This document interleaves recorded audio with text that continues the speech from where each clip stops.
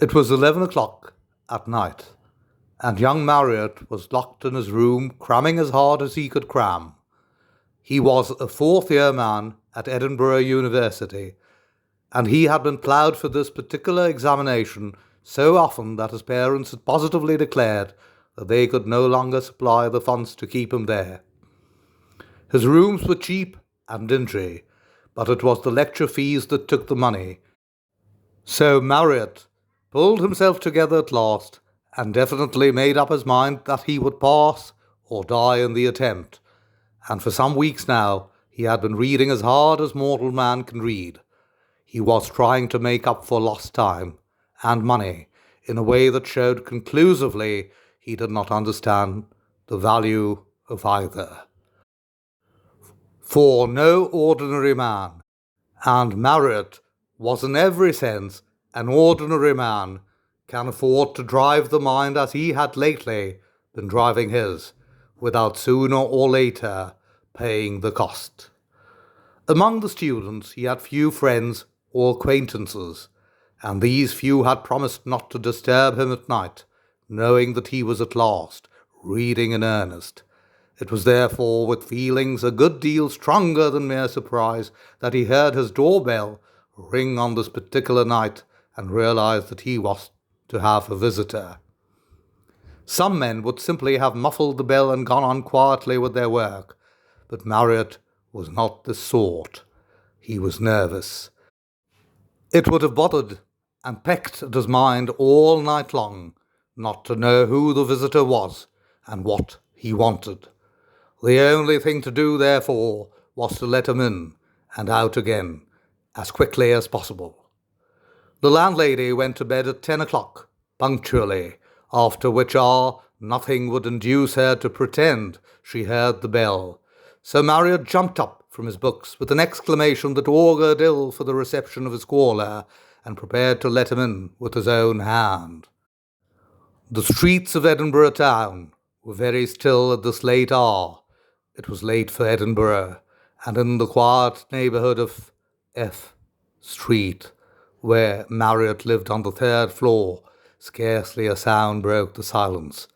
As he crossed the floor, the bell rang a second time, with unnecessary clamour, and he unlocked the door and passed into the little hallway with considerable wrath and annoyance in his heart at the insolence of the double interruption.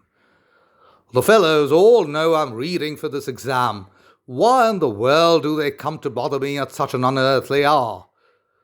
The inhabitants of the building with himself were medical students, general students, poor writers to the signet, and some others whose vocations were perhaps not so obvious. The stone staircase, dimly lighted at each floor by a gas jet that would not turn above a certain height, wound down to the level of the street with no pretence at carpet or railing. At some levels it was cleaner than at others. It depended on the landlady of the particular level. The acoustic properties of a spiral staircase seemed to be peculiar. Marriott, standing by the open door, book in hand, thought every moment the owner of the footsteps would come into view. The sound of the boots was so close and so loud that they seemed to travel disproportionately in advance of their cause. Wondering who it could be, he stood ready, with all manner of sharp greetings for the man who dared thus to disturb his work. But the man did not appear. The steps sounded almost under his nose, yet no one was visible. A sudden queer sensation of fear passed over him, a faintness and a shiver down the back. It went, however, almost as soon as it came, and he was just debating whether he would call aloud to his invisible visitor or slam the door and return to his books, when the cause of the disturbance turned the corner very slowly and came into view. It was a stranger. He saw a youngish man, short of figure and very broad. His face was the colour of a piece of chalk, and the eyes, which were very bright, had heavy lines underneath them. Though the cheeks and chin were unshaven and the general appearance unkempt, the man was evidently a gentleman, for he was well dressed and bore himself with a certain air. But, strangest of all, he wore no hat, and carried none in his hand, and although rain had been falling steadily all the evening, he appeared to have neither overcoat nor umbrella. 100 questions sprang up in Marriott's mind and rushed to his lips, chief among which was something like, "Who in the world are you?" and "What in the name of heaven do you come to me for?" But none of these questions found time to express themselves in words, for almost at once the caller turned his head a little, so that the gaslight in the hall fell upon his features from a new angle. Then, in a flash, Marriott recognized him. "Field? Man alive, is it you?" he gasped. The fourth-year man was not lacking in intuition, and he perceived at once that here was a case for delicate treatment. He divined without any actual process of thought that the catastrophe often predicted had come at last, and that this man's father had turned him out of the house. They had been at a private school together years before, and though they had hardly met once since, the news had not failed to reach him from time to time with considerable detail, for the family lived near his own, and between certain of the sisters there was great intimacy. Young Field had gone wild later. He remembered hearing about it all. Drink, a woman, opium, or something of the sort. He could not exactly call to mind. "Come in," he said at once, his anger vanishing. "There's been something wrong, I can see.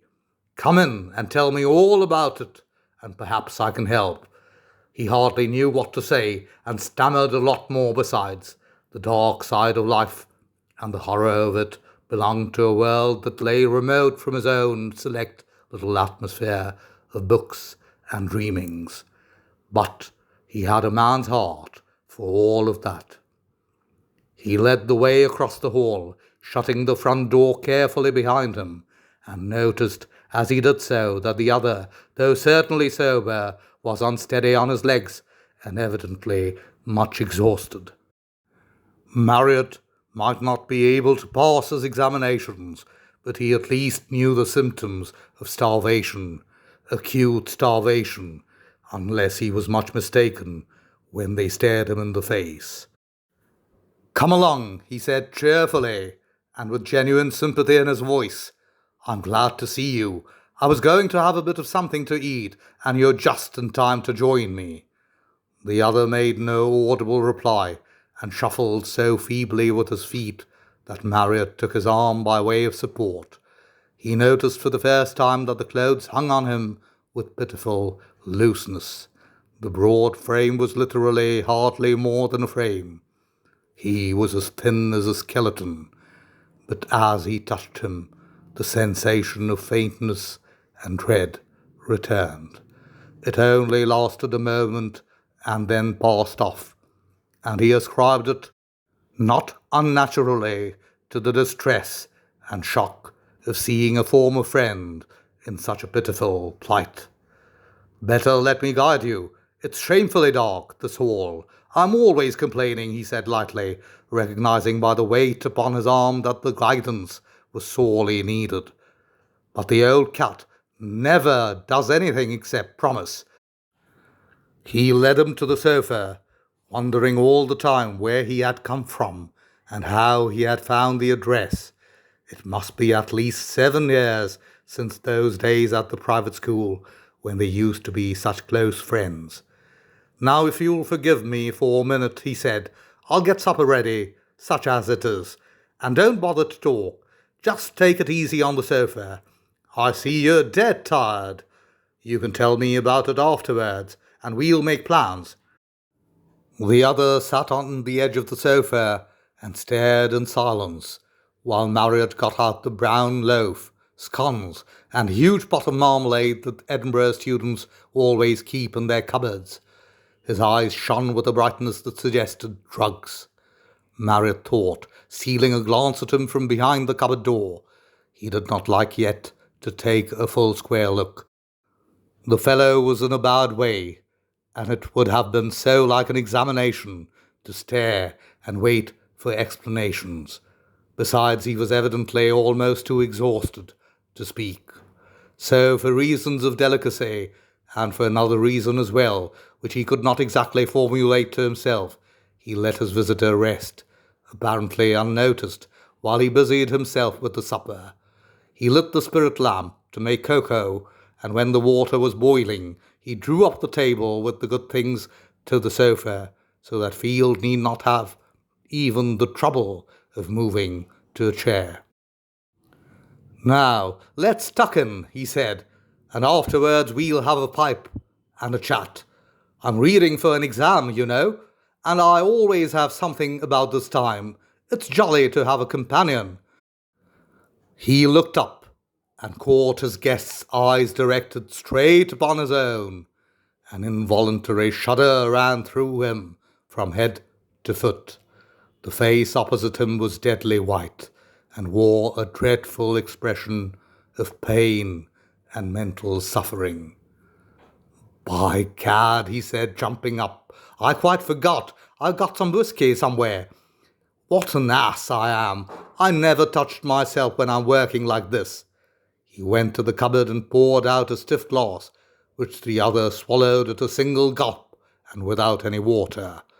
Marriott watched him while he drank it, and at the same time noticed something else as well.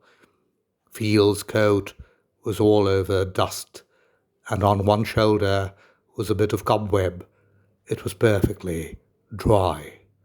Field arrived on a soaking wet night, without hat, umbrella, overcoat, and yet perfectly dry, even dusty. Therefore he had been under cover. What did it all mean? Had he been hiding in the building? It was very strange, yet he volunteered nothing, and Marriott had pretty well made up his mind by this time that he would not ask any questions until he had eaten and slept. Food and sleep were obviously what the poor devil needed most, and first. He was pleased with his powers of ready diagnosis, and it would not be fair to press him till he had recovered a bit. They ate their supper together, while the host carried on a running one-sided conversation, chiefly about himself and his exams and his old cat of a landlady, so that the guest need not utter a single word unless he really wished to, which he evidently did not. But while he toyed with his food, feeling no desire to eat, the other ate voraciously. To see a hungry man devour cold scones, stale oatcake, and brown bread laden with marmalade was a revelation to this inexperienced student, who had never known what it was to be without at least 3 meals a day. He watched in spite of himself, wondering why the fellow did not choke in the process. But Field seemed to be as sleepy as he was hungry. More than once his head dropped, and he ceased to masticate the food in his mouth. Marriott had positively to shake him before he would go on with his meal. A stronger emotion will overcome a weaker. But the struggle between the sting of real hunger and the magical opiate of overpowering sleep was a curious sight to the student, who watched it with mingled astonishment and alarm. He had heard of the pleasure it was to feed hungry men and watch them eat, but he had never actually witnessed it, and he had no idea it was like this. Field ate like an animal, gobbled, stuffed, gorged.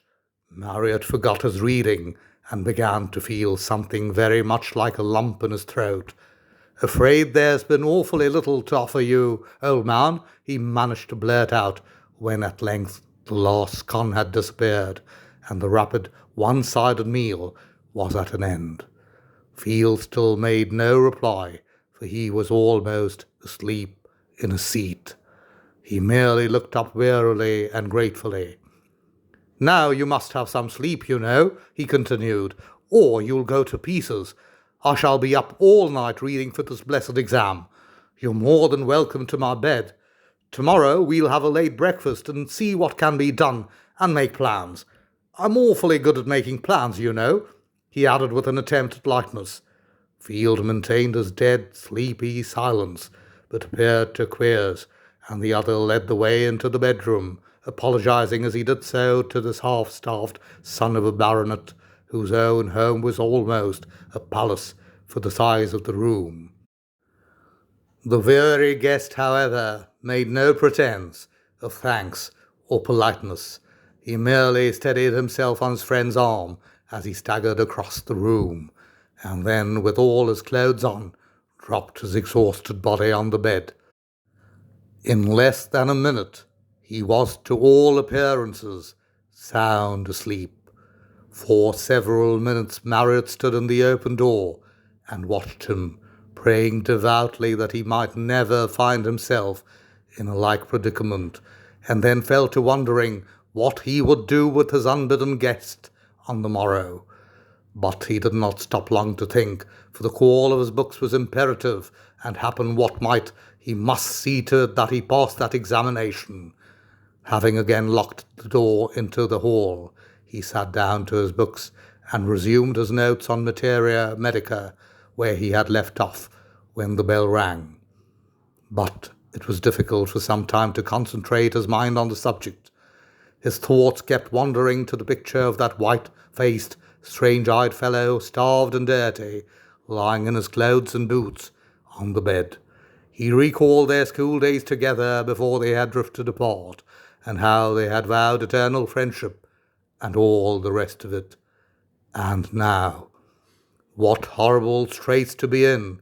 How could any man let the love of dissipation take such hold upon him? But one of their vows together Marriott, it seemed, had completely forgotten. Just now, at any rate, it lay too far in the background of his memory to be recalled.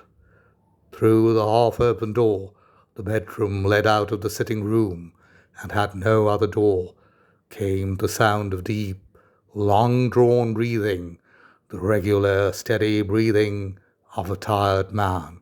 So tired, even to listen to it made Marriott almost want to go to sleep himself. He needed it, reflected the student, and perhaps it came only just in time. Perhaps so, for outside the bitter wind from across the Forth howled cruelly and drove the rain in cold streams across the window panes and down the deserted streets. Long before Marriott settled down again properly to his reading, he heard distantly, as it were through the sentences of the book, the heavy, deep breathing of the sleeper in the next room. A couple of hours later, when he yawned and changed his books, he still heard the breathing, and went cautiously up to the door to look around. At first the darkness of the room must have deceived him, or else his eyes were confused and dazzled by the recent glare of the reading lamp. For a minute or two he could make out nothing at all but dark lumps of furniture, the mass of the chest of drawers by the wall, and the white batch where his bath stood in the centre of the floor. Then the bed came slowly into view, and on it he saw the outline of the sleeping body gradually take shape before his eyes, growing up strangely into the darkness, till it stood out in marked relief, the long black form against the white counterpane. He could hardly help smiling. Field had not moved an inch.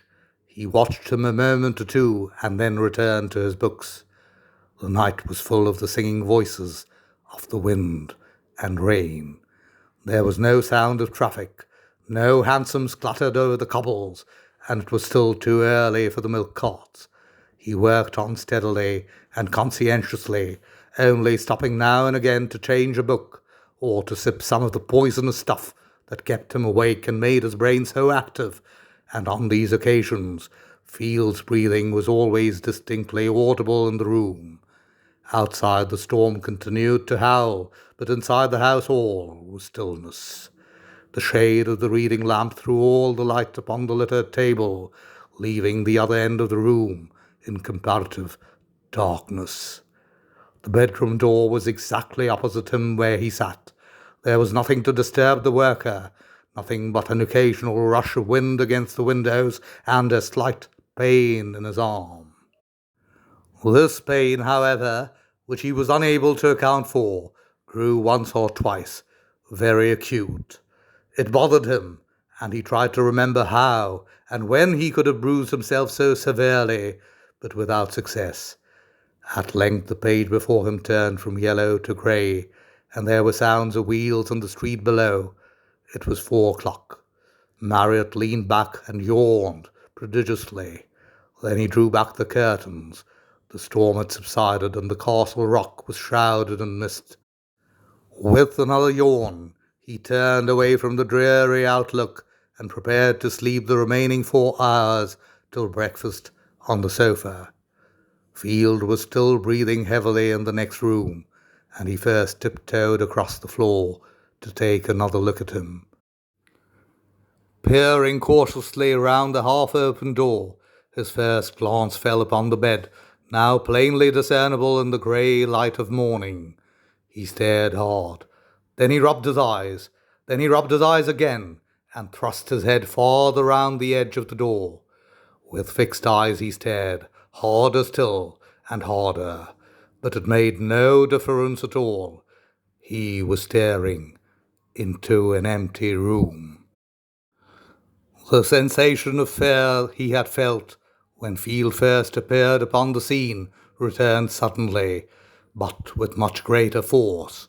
He became conscious, too, that his left arm was throbbing violently and causing him great pain. He stood wondering and staring and trying to collect his thoughts. He was trembling from head to foot. By a great effort of the will, he left the support of the door and walked forward boldly into the room. There upon the bed was the impress of a body where Field had lain and slept. There was the mark of the head on the pillow, and the slight indentation at the foot of the bed where the boots had rested on the counterpane. And there, plainer than ever, for he was closer to it, was the breathing. Marriott tried to pull himself together. With a great effort he found his voice and called his friend aloud by name. "Field, is that you? Where are you?"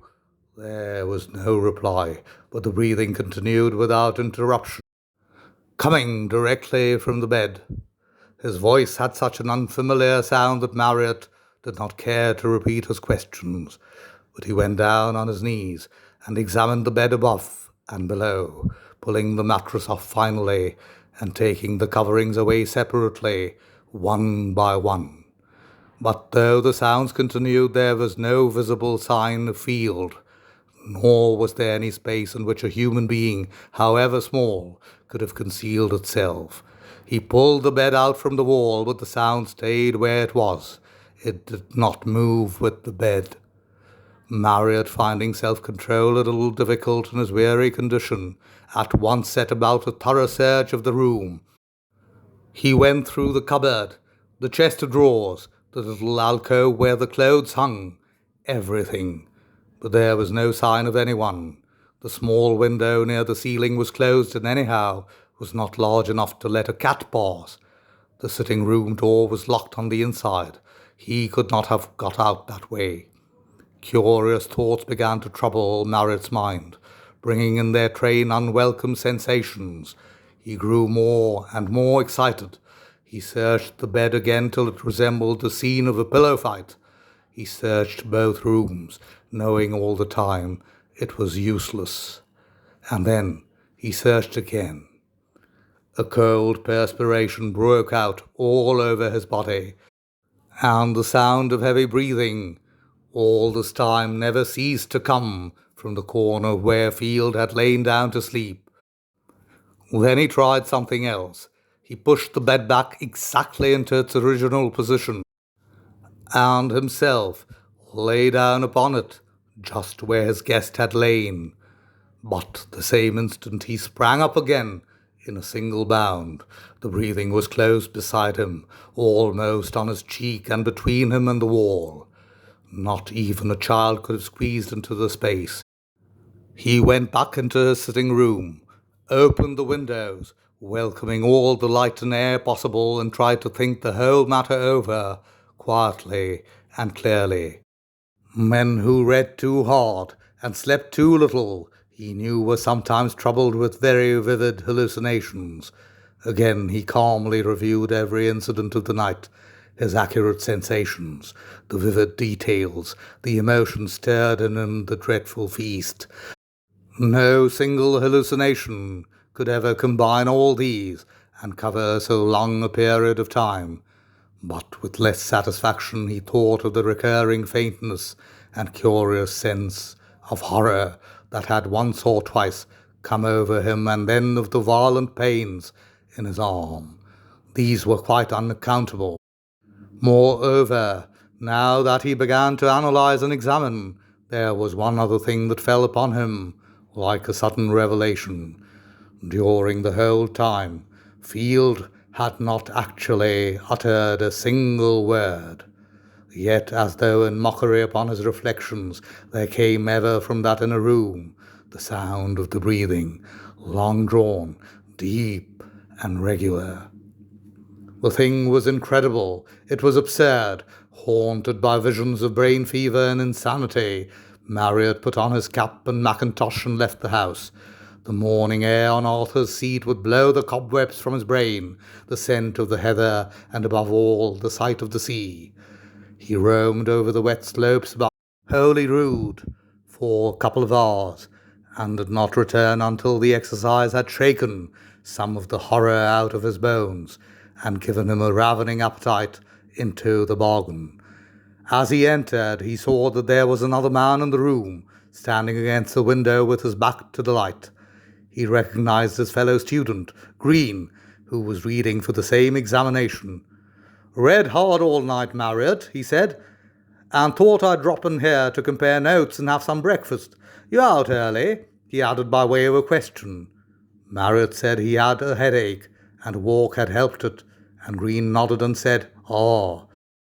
But when the girl had set the steaming porridge on the table and gone out again, he went on with rather forced tone. "Didn't know you had any friends who drank, Marriott."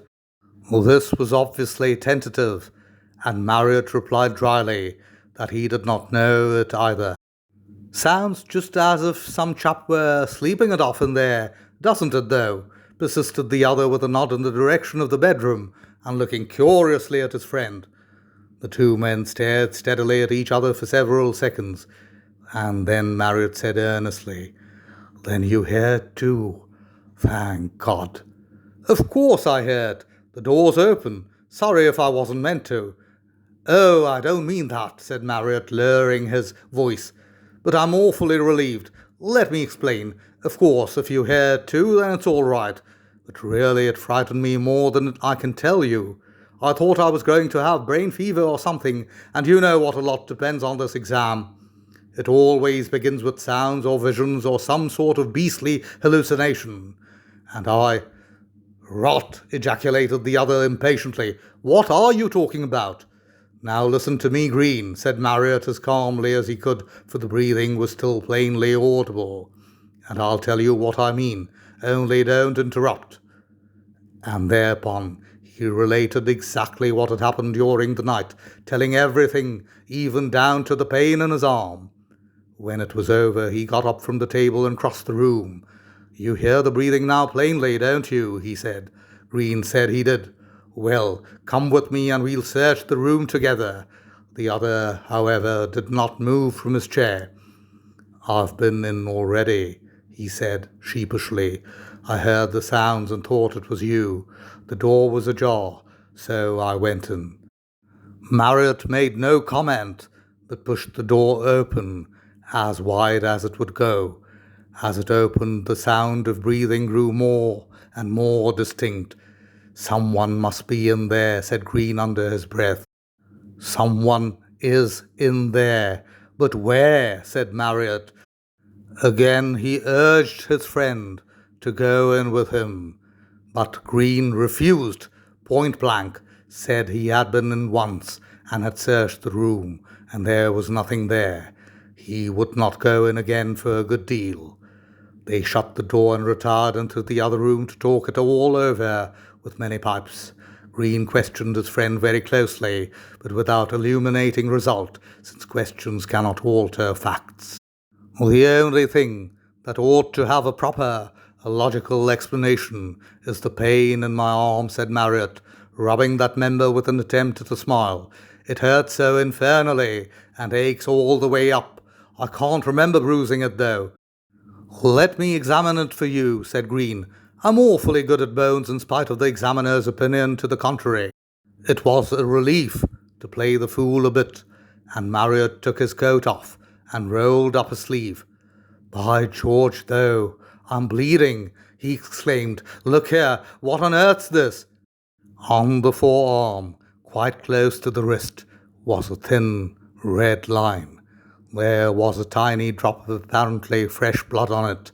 Green came over and looked closely at it for some minutes. Then he sat back in his chair, looking curiously at his friend's face. "You've scratched yourself without knowing it," he said presently. "There's no sign of a bruise. It must be something else that made the arm ache." Marriott sat very still, staring silently at his arm as though the solution of the whole mystery lay there actually written upon the skin. "What's the matter? I see nothing very strange about a scratch," said Green in an unconvincing sort of voice. "It was your cufflinks, probably. Last night in your excitement." But Marriott, white to the very lips, was trying to speak. The sweat stood in great beads on his forehead. At last he leaned forward, close to his friend's face. "Look," he said in a low voice that shook a little. "Do you see that red mark? I mean underneath what you call the scratch." Green admitted he saw something or other, and Marriott wiped the place clean with his handkerchief and told him to look again more closely. "Yes, I see," returned the other, lifting his head after a moment's careful inspection. "It looks like an old scar." "It is an old scar," whispered Marriott, his lips trembling. "Now it all comes back to me." "All what?" Green fidgeted on his chair. He tried to laugh, but without success. His friend seemed bordering on collapse. "Hush, be quiet and I'll tell you," he said. "Field made that scar." For a whole minute the two men looked each other full in the face without speaking. "Field made that scar," repeated Marriott at length in a louder voice. "Field? You mean last night?" "No, not last night. Years ago, at school with his knife, and I made a scar in his arm with mine." Marriott was talking rapidly now. "We exchanged drops of blood in each other's cuts. He put a drop into my arm, and I put one into his." "In the name of heaven, what for?" "It was a boy's compact. We made a sacred pledge, a bargain. I remember it all perfectly now. We had been reading some dreadful book, and we swore to appear to one another. I mean, whoever died first swore to show himself to the other, and we sealed the compact with each other's blood. I remember it all so well, the hot summer afternoon in the playground 7 years ago, and one of the masters caught us and confiscated the knives, and I have never thought of it again to this day." "And you mean," stammered Green, but Marriott made no answer. He got up and crossed the room and lay down wearily upon the sofa, hiding his face in his hands. Green himself was a bit nonplussed. He left his friend alone for a little while, thinking it all over again. Suddenly an idea seemed to strike him. He went over to where Marriott lay motionless on the sofa and roused him. In any case, it was better to face the matter whether there was an explanation or not. Giving in was always the silly exit. "I say, Marriott," he began as the other turned his white face up to him, "there's no good being so upset about it. I mean, if it's all a hallucination, we know what to do. And if it isn't, Well, we know what to think, don't we? I suppose so, but it frightens me horribly, for some reason, returned his friend in a hushed voice. And that bird devil. But, after all, if the worst is true, and that chap has kept his promise, well, he has, that's all, isn't it? Marriott nodded. There's only one thing that occurs to me, Green went on, and that is, are you quite sure that he really ate like that? I mean, that he actually ate anything at all? He finished blurting out his thought. Marriott stared at him for a moment and then said he could easily make certain. He spoke quietly. After the main shock, no less a surprise could affect him. I put the things away myself, he said, after we had finished. They are on the third shelf, in that cupboard. No one's touched them since. He pointed without getting up, and Green took the hint and went over to look. Exactly, he said after a brief examination. Just as I thought. It was partly hallucination, at any rate. The things haven't been touched. Come and see for yourself. Together they examined the shelf. There was the brown loaf, the plate of stale scones, the oat cake, all untouched. Even the glass of whisky Marriott had poured out stood there with the whisky still in it. You were feeding no one, said Green. Field ate and drank nothing. He was not there at all. But the breathing, urged the other in a low voice, staring with a dazed expression on his face. Green did not answer. He walked over to the bedroom while Marriott followed him with his eyes. He opened the door and listened. There was no need for words. The sound of deep, regular breathing came floating through the air. There was no hallucination about that, at any rate. Marriott could hear it where he stood on the other side of the room. Green closed the door and came back. There's only one thing to do, he declared with decision. Write home and find out about him, and meanwhile come and finish your reading in my rooms. I've got an extra bed. Agreed, returned the fourth-year man. There's no hallucination about that exam. I must pass that whatever happens. And this was what they did. It was about a week later when Marriott got the answer from his sister. Part of it he read out to Green. It is curious, she wrote, that in your letter you should have inquired after Field. It seems a terrible thing, but you know, only a short while ago Sir John's patience became exhausted, and he turned him out of the house, they say without a penny. Well, what do you think? He has killed himself. At least it looks like suicide. Instead of leaving the house, he went down into the cellar and simply starved himself to death. They're trying to suppress it, of course, but I heard it all from my maid, who got it from their footman. They found the body on the 14th, and the doctor said he had died about 12 hours before. He was dreadfully thin. Then he died on the 13th, said Green.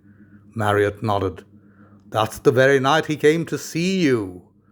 Marriott nodded again.